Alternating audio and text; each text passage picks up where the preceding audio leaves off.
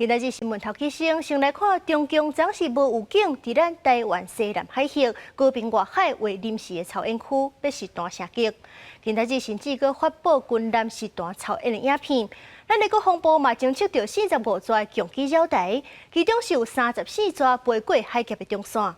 伫咧这大海海面上，甚至阁有14只强舰甲2只公务船。咱的总统府是强烈谴责，外交部嘛呼吁国际斗阵谴责中国起诉的行为。 中共舰艇在我专属经济区划设禁限区，欲实施海上射击，违反联合国海洋法公约56条及58条规定，严重影响海空域飞航安全。面对中国军队拍算伫台海进行实弹射击，国军伫上前线捍卫海疆。中国日前无预警宣布讲，伫高平外海40海里处画设操演区要进行射击训练。国军的战机随升空，军舰嘛紧急出海应对，嘛主动发布班超军舰，监控中国的4名三艦和千岛乌艦的行踪。中国的舰队后壁是驶离开操演区。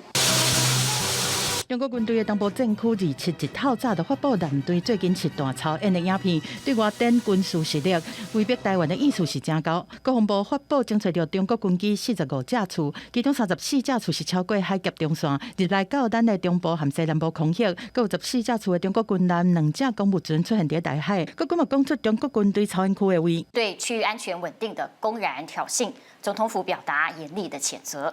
总统赖清德第一时间是指示相关单位严厉应处。外交部呼吁国际社会做伙来谴责中国公然起无空，破坏区域安全和稳定。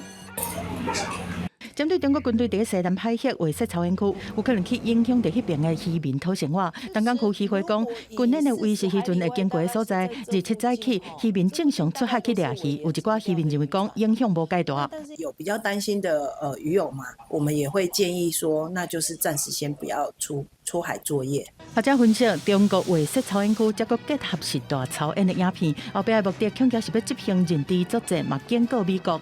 美国在这个美泰的这个经验建设联合演习，它有释放出这个台湾去，然后几个小时后就拿掉。